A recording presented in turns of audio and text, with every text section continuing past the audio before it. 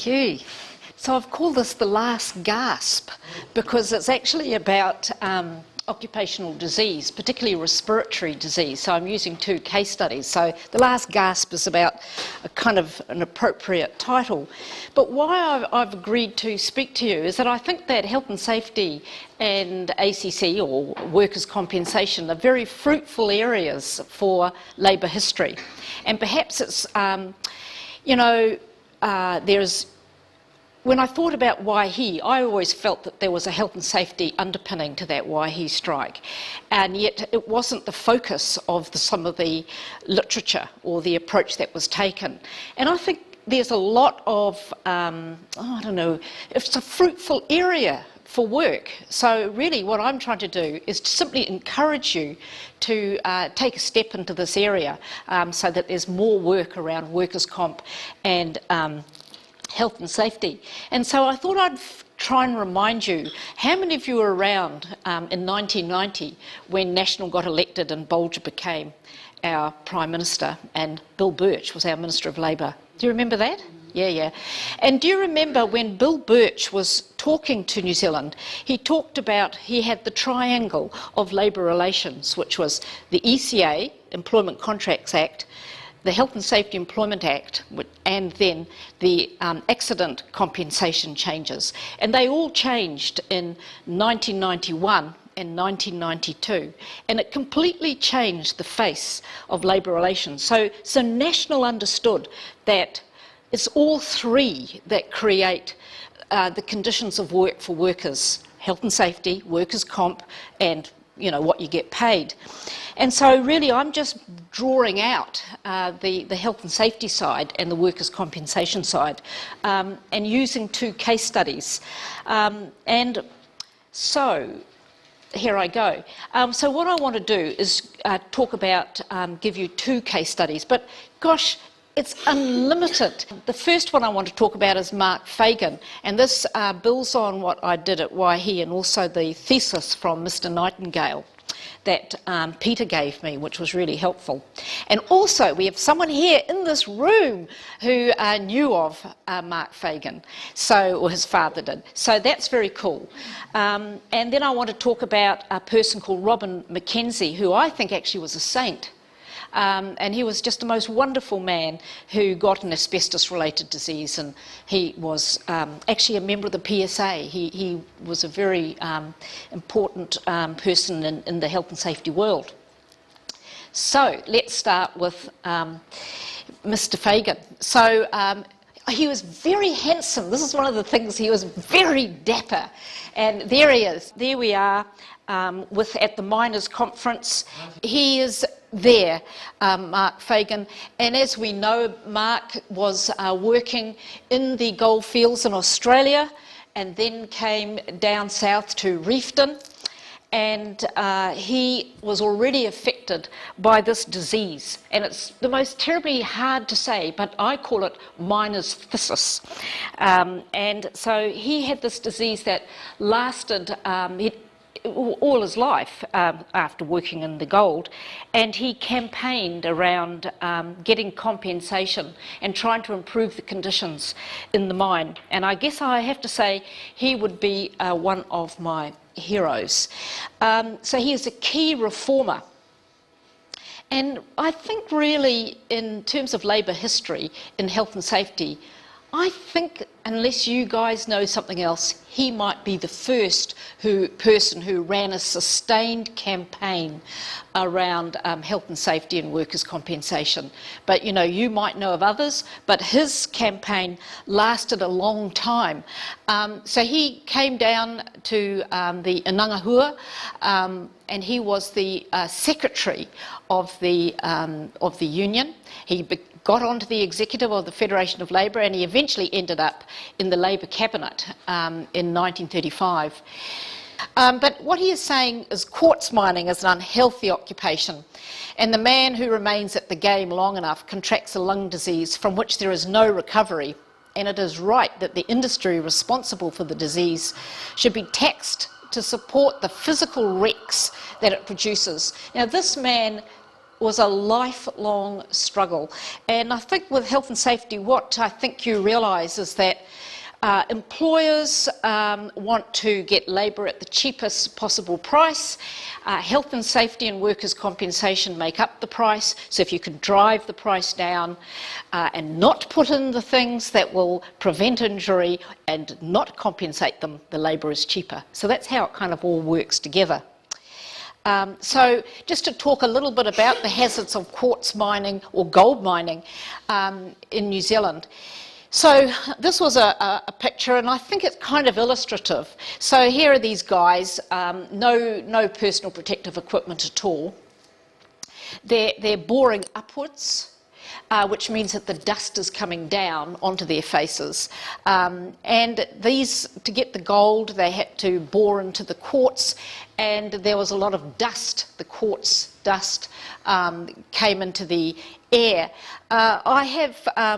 You've probably heard the term silicosis. That's perhaps more widely known. Phthisis is a subset of silicosis. So it's very specific to the quartz dust. So this kind of mining led to an increase in miners' phthisis and a susceptibility to tuberculosis, which really interested me when I found that out. Yeah, I didn't know that at first until I started researching this, that the assault on the lungs meant that you ended up being susceptible to tuberculosis. And we heard at the Waihi seminar about the debate about competitive contracting. And competitive contracting was a system whereby one miner, and some of you might have more information than me, but this is my understanding, is one miner competed to get a strip of the mine or a stope or a part of the mine, and he competed against other people, and then he employed the labour. Do people agree with that analysis? Yep, you do? Yep. And so you're getting workers competing against workers to get the work, and then these workers drive down the conditions of work for the workers that they employ. So it's worker against worker, and the boss is the one that actually benefits from this system.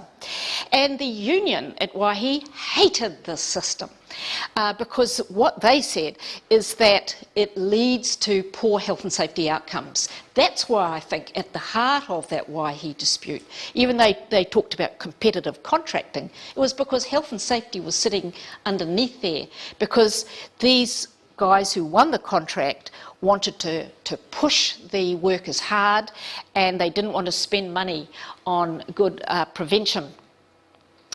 Now, in order to extract the gold, they used to have to break up the quartz. So they would blast it, and then the blast would leave a lot of dust in the air, and the competitive contracting meant that the guys went in too quickly, and so that they were breathing all the air. So that was kind of what was happening with the competitive contracting system. So, and this is one of Bob's lovely paintings, and so this is a quote, "The dust was terrific, and it was altogether a cruel business. A worker who stayed in the battery, where they crushed the quartz, even for 2 or 3 years, was almost certain to develop phthisis. The miners got dust while boring in rock and quartz. The battery worker got it from working in a dust-laden atmosphere, and the latter seemed to be a more rapid killer and accounted for many men, mostly in the prime of their lives." So I guess what that tells us, it's not just the guys underground, but the guys in the battery too. This is an amazing picture. This is a picture of an unhealthy lung compared to a healthy lung. And once it's diagnosed, the miners are immediately thrown out of work. And this is an X-ray photograph taken by Dr. Lyons, assured us that he has seen photographs of miners' lungs which appear like solid bags, for they're filled with dust from the mines. He has seen lungs removed after the death of patients which had the appearance of wet cement bags. So, what you kind of gather is the guys will find it harder to get their breath, they'll find it harder to work fast. Certainly I've talked to men not with phthisis but with asbestos, and they'll say, look, I was young and fit and now I can hardly walk to the dairy up the road, because they just don't have the respiration, and eventually it does kill them. And it apparently feels heavy. It feels heavy inside your lungs. So, okay, so what you've got is, you've got guys agitating on the ground, and eventually there's a Royal Commission into Mining, and this was announced by the Liberal government in 1910. And it investigated throughout 1911, and the unions made submissions. So all of this I could read. I managed to find the Royal Commission, find the submissions. And it then made these recommendations in 1912 that actually you should try and prevent the dust. And one way of preventing the dust or suppressing it is by using water. And that's still a common thing now with asbestos. You dampen it down so the dust isn't in the air. And they also wanted to improve the housing conditions and disinfect the workplaces, and that was associated with the tuberculosis. So they didn't want guys with tuberculosis in the mines working with them because of the susceptibility. And then they also wanted to get some medical advice, and they wanted to get some compensation. So here we are. This is in 1912, so that locates the time, and that's the recommendations, okay? So what you can assume is that they didn't have those things. That's why you recommended it.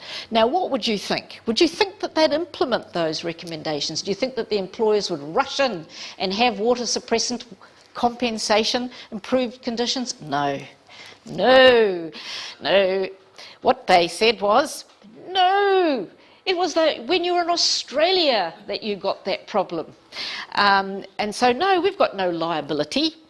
And no, we're not going to spend the money on water spraying equipment. And we're not going to have a two-man operation. It's one dampening down and the other drilling. And they didn't want to improve ventilation. So essentially they argued, and I still hear this to this day, look, we're not going to benefit it because the guys have either got it already or it will be several years before they get it. So why should we? So what then happens is the Liberal Party disintegrates in 1912.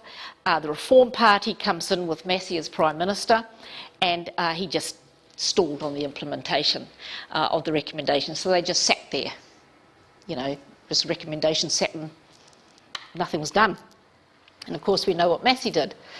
So, okay, so now we're back to Fagan's story. We're down in the South Island, and Fagan was really right onto this issue, and the mine manager wanted the drills to be used by one man, not two, because they had a two-man operation, and Fagan was opposed to one-man operations. And this is what he said: some months ago a new boring machine was introduced into the mines in the field. The machine operators call it the war machine, but to the miner it's more generally known as the widowmaker.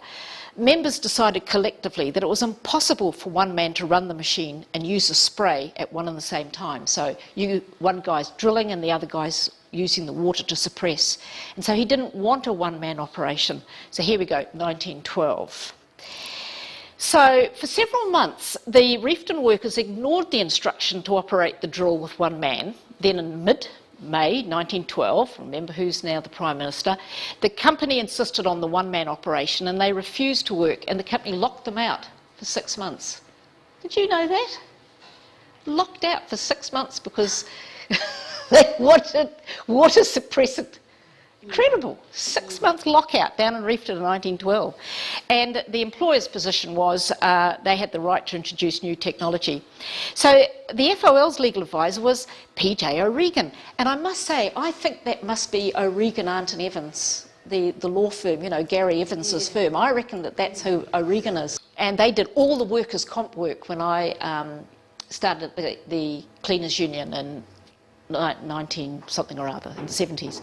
So he represented the unions at arbitration in November 1912 about this dispute. Now Fagan actually, there was a lot of controversy, and Fagan got offside because he decided that they were going to go to arbitration, and it was actually a controversial decision to go to arbitration, and Fagan fell out with some of the other, his comrades, because he said, look, I'm going to go to arbitration. My guys have be locked out for 6 months. This is just a no-go. And actually, the arbitrator found that the drill must be operated by 2 men. So he was correct in his strategy. And Fagan signed that, so I've seen that. And so this was a hard-won game. And there was some critical talk that I've read about Fagan because of that decision, but personally, I think he was right. He was born to be right. So, okay, now we're at the 1912. So what they had, and I found this so ironic, for every tonne of gold, there was a levy put on it. So you had to be working, producing the gold in order to create the levy that went into a gold relief fund. But because the guys weren't working, they weren't producing gold, there was no money coming into the gold relief fund, so it ran out of money. So the guys couldn't get compensated for the thyssus. Isn't that interesting? So anyway, what Fagan and Paddy Webb, what they said is, well, actually, we shouldn't fund out of a production levy. It should actually come out of government funds, should be tax paid or levy based. And so they succeeded in getting compensation to be financed from government revenue, and they did get improvements in entitlements. And I thought this was wonderful. In 1919, he set up a series of drilling demonstrations in Parliament's basement to show how quartz dust was produced by power drills. And he wanted only water-fed drills to be used in the mines. Isn't that cool? And so anyway, he eventually, by 1919, the Act was amended and it required all drills in quartz mines to be water-fed. But even by 1920, some mine owners had not replaced their drills with those that were water-fed, and the miners ceased work as they didn't want to break the law. And this was in the Maoriland Worker, and they were saying, we don't want to break the law. So I thought that was quite good. But I think that tells us that even though you get the law passed, it doesn't mean to say you're going to get automatic compliance. You know, you've got to ask yourself, was there an inspectorate at that time? Was there any prosecutions? I mean, we can say that today. And so, when Mark Fagan retired in 1924, he had helped to attain recognition that inhalation of quartz dust caused phthisis. So that's very important. You know, the dust is there and it causes the phthisis. He had managed to get government-funded compensation for those suffering from phthisis or their widows, and he had achieved compulsory use of water-fed drills in quartz mines to suppress dust. So that's my first case study. So that's Mr. Fagan. Right, the more recent one is Robin Mackenzie. Now, Robin Mackenzie worked for the Electricity Corporation in the 60s and the 70s, and he contracted asbestos-related disease called mesothelioma, which is inevitably fatal from his work. And his exposure had occurred before 74, when we got our ACC scheme. Therefore, he wasn't covered by ACC, so he then sued. He sued EC&Z for damages. And actually, I did meet him. He was represented by Bruce Corkle, who's now Queen's Counsel, and it was rumoured that he got about 2.3 million. And Bill Birch immediately amended the legislation saying that everyone was covered for all injuries pre-74. Now, actually, that was great for New Zealand, actually. It was correct, but it was they only legislated that to prevent common law. So anyway, but what Robin Mackenzie did is that he put about a big sum of that aside, and the PSA was very involved, so they were given, some of us will remember this from the old days, they were given part of this money, and people like myself, I was working, I think, where was I then? Maybe at the CTU, and they set up various committees, and this was all really pushed by the PSA at the time, and Robin Mackenzie, and he had a lot of media coverage. And in my first book that I wrote, Blood on the Coal, I have a little section on, and with a lovely photograph, which I meant to download but ran out of time.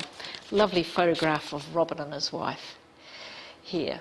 And so then what happened was we had a long time when we had National, and then Labour got into government, and what they did was they introduced lump sum, because we didn't have lump sum under, for pain and suffering and loss of enjoyment of life under National.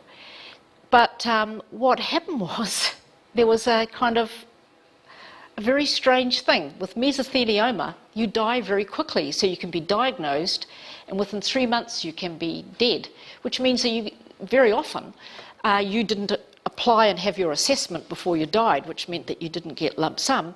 And also the ACC was running an argument, your condition has to be stable.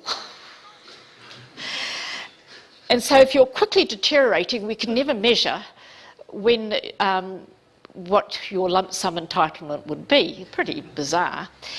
But anyway, nevertheless, so with the help of John Miller, our firm, because I was in practice by then, took the case on behalf of a guy called Lehman to the High Court, and we actually got a decision that people who were suffering from these kind of diseases could get lump sum.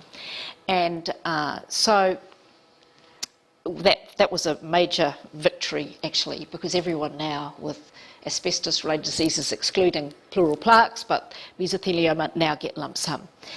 But as a result of his efforts, and along with the unions, this inquiry was established, and we've now got regulations. How well they're enforced, I wouldn't like to say, particularly if you're in Christchurch right now, to manage hazards of asbestos. So that is the second case study.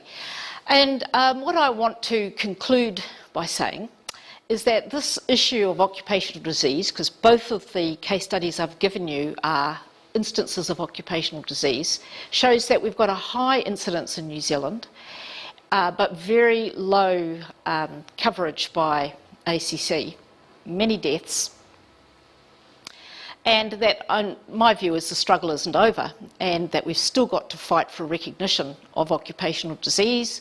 And I think that people like Fagan and Mackenzie demonstrate that each disease seems to need its own advocate. And you've got to, and the campaign is sustained. I mean, it was Mark Fagan's lifelong campaign. It was Robin Mackenzie's lifelong campaign.